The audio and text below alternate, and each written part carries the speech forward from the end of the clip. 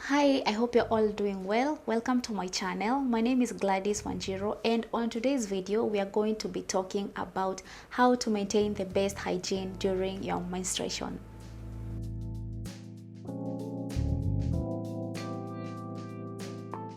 We all know that menstruation can be messy sometimes, and some of the things that we do need, especially when you're menstruating, are tampons, pads, that's depending on what you use.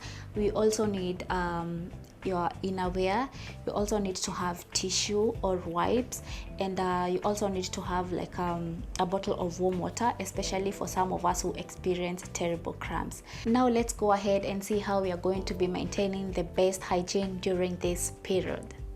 Number one, change the sanitary pad or the tampon from time to time. We all know that the flow of blood during that process or during that period when you're menstruating, it can be messy, especially for some people.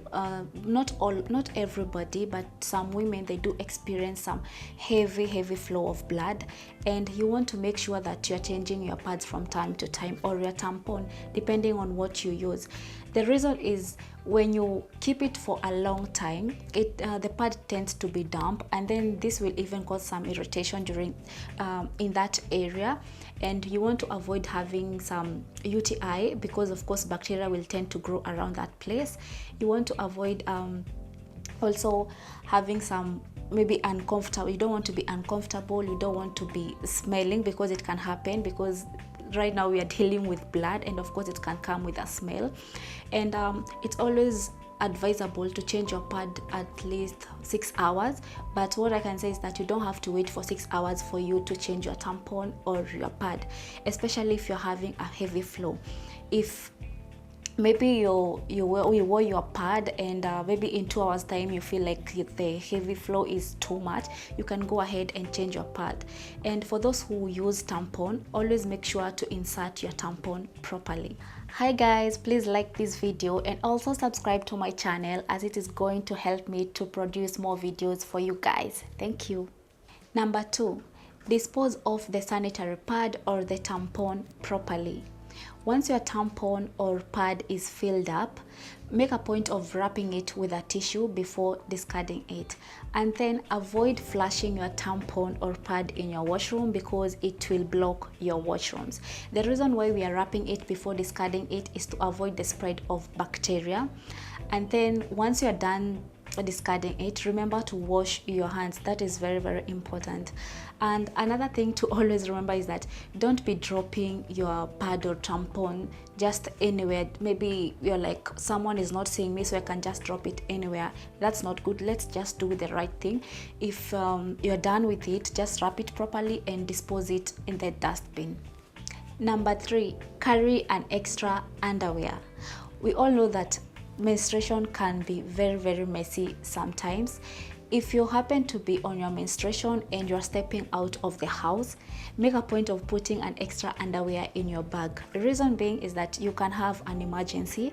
Sometimes you can experience unexpected heavy flow, and when you go to the washroom you find that it's so messy and you really need to change it. You don't want to be dealing with such an uncomfortable situation where maybe you're out, you're messy, you don't know what to do, you don't know even where to get, and you don't want to be looking for shops where you want to buy an extra underwear which you could have put in your bag in the first place.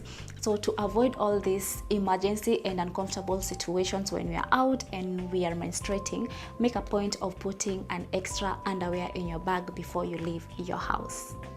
Number four, try to avoid a pad rash. A pad rash is whereby your skin gets into contact with the pad, and then you get a skin irritation where there is some small pimples that appear on that area, and they can be very painful and uncomfortable. If you have ever experienced this, you know it even becomes difficult to walk properly. To avoid this, before you put on your pad, always remember to apply Vaseline maybe around that area, to avoid this skin irritation, which is very uncomfortable. Number five, keep the vagina clean. Most especially when you're on your menses, you want to make sure that you're maintaining the best possible hygiene. This will save you irritation and vaginal infections. Also, when you go to the washroom And assuming the worst case scenario that there is no water, this is where the wipes I mentioned before comes in handy, because remember the area is bloody and you want to make sure that we are using at least water or wipes to wipe that area. Also, another trick that I had mentioned on my previous video is that you need to be wiping yourself from front to back to avoid pushing the bacteria inside your vagina. And another thing is that you need to remember to always wear a clean and cotton underwear during this menstruation process. Number 6, wear comfortable and light clothing. During the menstruation process, you know that you tend to want to feel comfortable. The last thing you want to deal with is tight clothes, especially when you're having menstrual cramps.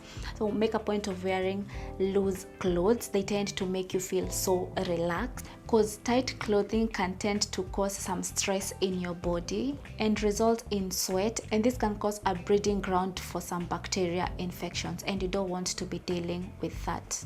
Number 7, shower daily. You want to make sure that you're showering every day, especially when you're on your menstrual period.